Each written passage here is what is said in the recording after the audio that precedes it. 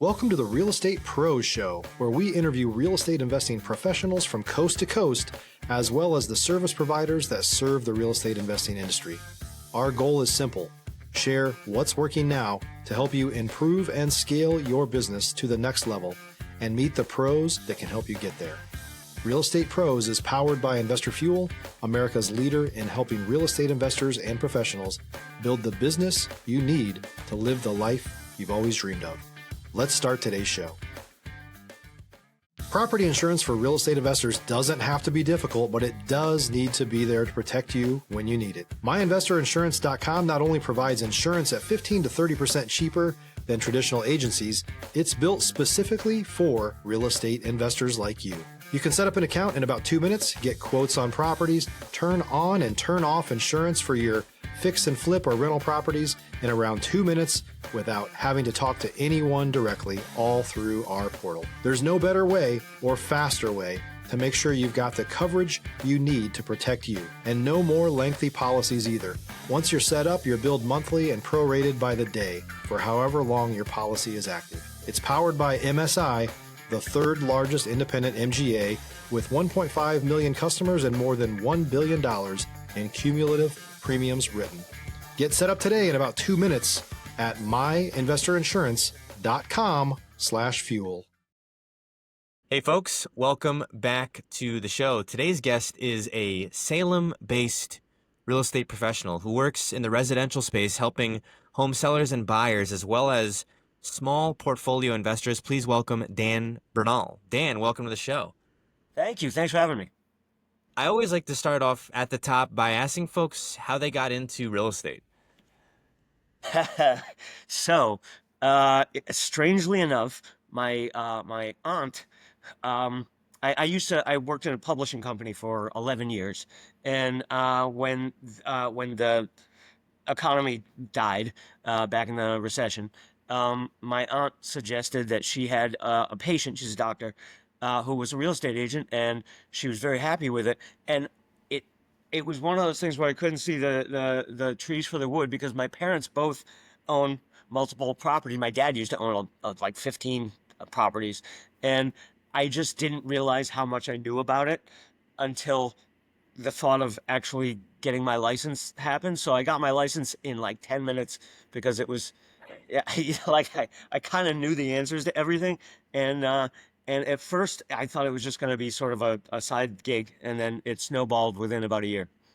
So what was the growth process like as an agent and as someone working with investors all across Massachusetts? And then I know now you're focused regionally on the Salem area. Yeah. What was the Well, business like? The North Shore. North Shore. Yeah. I have to differentiate, right? The North Shore, right? But what was business like initially, and then how did it kind of grow and scale over time? Well, I was lucky enough to have a mentor at my second company a year into it, and I tripled my income within a year working with her. And what it came down to is, so I used to be a traveling musician. I did that for many, many years. I continued doing that while I was in real estate. It's the same hustle, which is you just have to make yourself known to everybody around you. Social media is great, but also just out and about. If you can steer a conversation towards real estate, you will be surprised how many people are interested, and you just have to know what you're talking about. And so I'm very data driven. So I've always had a lot of facts with me that I can just throw out as little tidbits. And that has gotten me a lot of business. You know, I think it's interesting talking about working with investors as agents. I'm an agent. I'm a newly licensed agent. Got licensed in April of this year. I'd been Congrats. working with, thank you. I'd been working with investors for 2 years prior, since 2023, and on wholesale, and then also just going to investor meetings and things of the like. And what I noticed was in Texas, where we got so many people from all over investing in Texas, right? There seemed to be a rift between agents who worked with investors, agents who were open to working maybe with wholesalers, and then everybody else. And I said, oh no, did I Did I maybe bring a different vibe in here by saying that I work with investors and that I'm a former? Stop living on an island and join the #1 mastermind in America for professional real estate investors. Investor Fuel is a community of hundreds of the nation's top investors working together to build stronger businesses and better lives. In addition to the amazing community of real estate investors acting as a board of advisors for one another, Investor Fuel members have access to 100% funding on purchase and repairs for our members only, a health insurance program, and benefits and discounts that more than pays for the membership of most of our members, meaning it's actually costing you money to not be a member of Investor Fuel. If you're looking to scale your business and build a business that allows you to live the life of your dreams, please visit investorfuel.com today and book a call with our team. And still wholesaler. And so I'm curious, you work a lot with investors now, and then parents were investors. Did that steer a lot of your thinking in the real estate space? Absolutely, because I understand the nature of, so for instance, around here, there's a lot of Section 8 housing, and I've sold a lot of buildings to people who they have Section 8 tenants, and they don't know what the hell they're doing when it comes to renewing those, those leases and dealing with, because there's multiple offices around here that issue the certificates for those tenants. So I've done I've been so immersed in all the particularities of how to rent a place, how to keep a tenant, how to get rid of a tenant. So it makes me, basically selling and buying is a small fraction of what I actually do. My job is to help people holistically, and I'm not a manager, but it's big picture. And that, I think, is what I add value to. I want to ask you about working, maybe get a little granular here without giving away all the gold, Dan. Yep. Working with investors in Massachusetts, I think if I compare it, because I'm originally from the East Coast, I didn't let you know this, but I'm from New Jersey, right? If I compare that to where I'm at here in Texas, I think you have to be, I would say, even more accurate on your numbers when you're buying in the East Coast, because it's more risk, more leverage, and there's more at stake. And so Absolutely. when you're coming in and you're working with investors in these contexts, even single family, right? If you're buying multiple homes at a time and you want to establish long-standing relationships with investors, the kind of feedback that they might be looking for might be as much strategy as it is, hey, represent me in this. But it's probably a lot 100%. of strategy as well. There is. And because I work, like I said, mostly small portfolio, which is people who own anywhere from 3 to 20 units, is you have to, are you looking to gain monthly income using a mortgage, for instance, or are you looking to gain long-term equity and maybe have it pay for itself? And around here, you can do both. This part of Massachusetts, you're basically going to gain a huge amount of equity, but for your income properties that are just going to bring income, you got to go further out of town to lower income areas, because the fact of the matter is it's really expensive to buy something like, say, in Salem or our adjacent towns, Beverly, Peabody, Swampscott, Marblehead. But you will also triple your value in 10 years. So these are the choices that investors need to make, and that I need to elucidate for them by showing them the data, which is easy to do. MLS gives you all the data. You can show people how much prices have gone up in particular areas, and that helps them make a conscious decision. What is Now, the yeah, go ahead. what is the average, I mean, if there is one, an average price of a middle class home going for if you had to take the whole North Shore as a whole? 700. 700,000. Okay, so I'm comparing that to Texas, where I'm in DFW. It's probably between 350 to 450. Are you seeing a lot of people who are investing in that area saying, "Hey, I can invest over here. I can go Midwest, or I can go, further west, and I can find maybe two of these properties for the same thing"? Are you seeing that kind of thought process? One of my bigger investors, whose building I'm selling literally right now, which is 10 units in a building in a what would a lower income part of the North Shore. He is buying, I think, something like a 28 unit building somewhere in like Kansas. Yeah. If you're looking for consistent, high-quality leads, look no further than Investor Machine. Investor Machine isn't just another agency, it's the most sophisticated, data-driven lead generation company on the planet for real estate investors, and serves the role of being not just a lead generator for your business, but a marketing partner that is helping you achieve your goals along the way. Go to investormachine.com to learn more and schedule a call with our team today.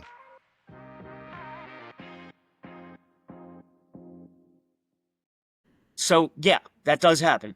But around here, more likely people have a tendency to hang on to those properties, leverage them, and buy other properties. Leverage those. Like I sold a guy 11 houses in the Lowell area, and Yeah. this was back when foreclosures were everywhere. And he would buy the first. He borrowed against his primary home, which I sold him also. Uh, Bought a small single family house for 100 grand. This is back in 2007, 2008. And then he would immediately take a mortgage on that, borrow against it, buy another one.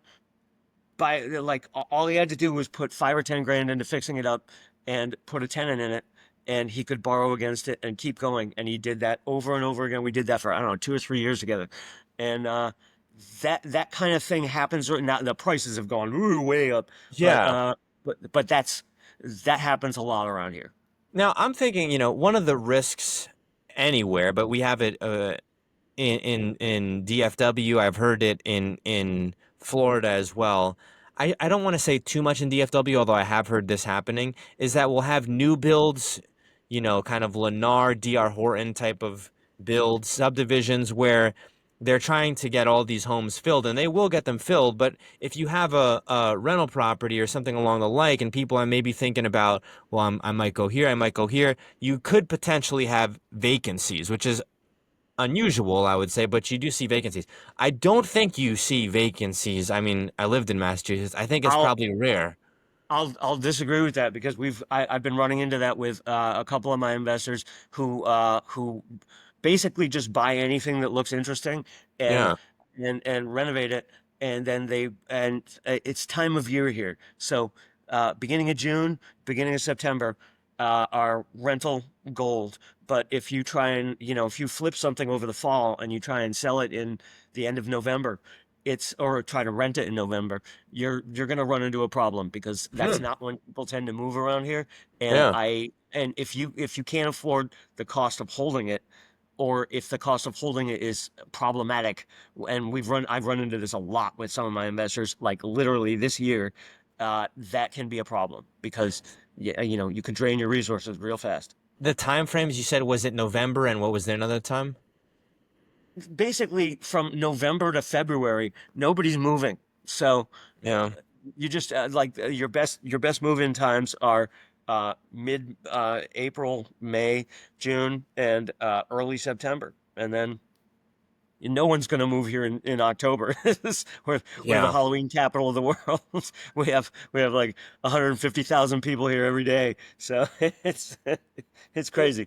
Is there a huge short-term rental market out there? Is there big regulation when it relates to Yes. that? Yes, and to be honest, that's my next acquisition is something Airbnb. So there are rules. So if you occupy the property, they initiated this in Boston, and it took on to the rest of the North Shore.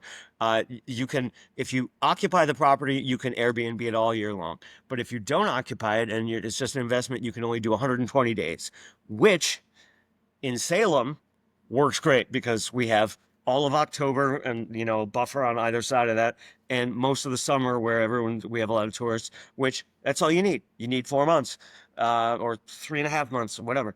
But if you live in it, you can do it all year.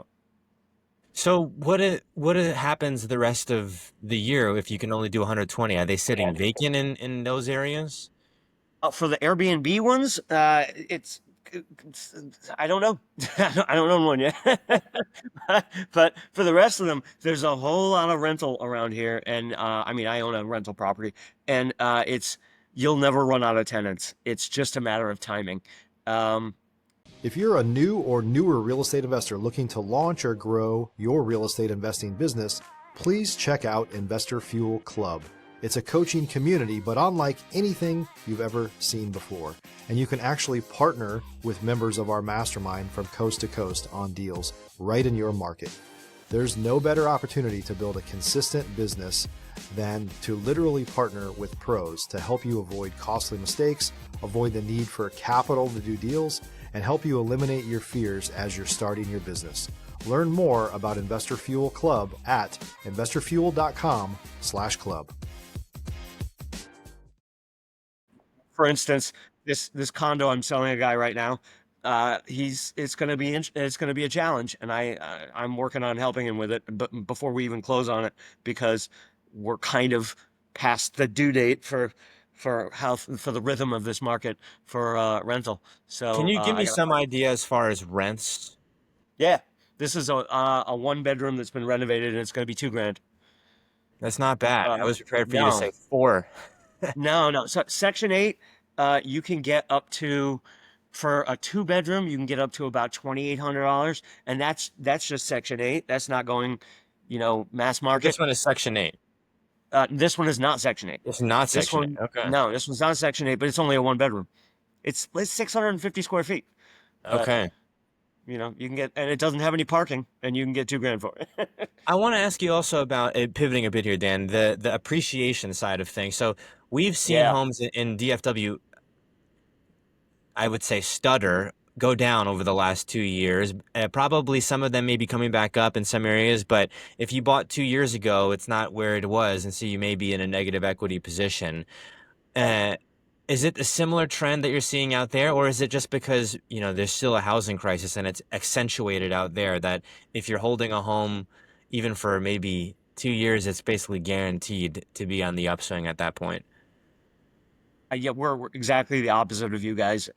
This part of Massachusetts only goes up, and I did a lot of data stuff during the when people were really freaked out during the recession, and even during the recession, there was one period of time where Massachusetts, not northeastern Massachusetts, but Massachusetts as a whole was down about 11%, and it recovered within, I don't know, 9 months. Northeastern Massachusetts only goes up. It's just the angle of the vector. It's, are we going during COVID? We went up by something like 14% a year. A healthy market is supposed to go up by 2.5% a year. I would say right now we're going up in the neighborhood of 7% a year. So we are more than healthy in equity growth, and it just always goes up. So if people are prepared, maybe to weather some storms of vacancy issues, and they say, hey, 6 months or whatever, hopefully not that long, but they say, hey, there might be some vacancy issues, but we know that it's going to appreciate with time. We could also do some force appreciation if we want to, of course, better countertops, bathroom, so on and so Absolutely. forth. But it seems like if you have, and correct me if I'm wrong here, if you have the ability to, you are basically sitting on a sure bet if you're buying in that area because as long as you're comfortable with some of the holding costs, it's going to increase in value and it will rent out at some point.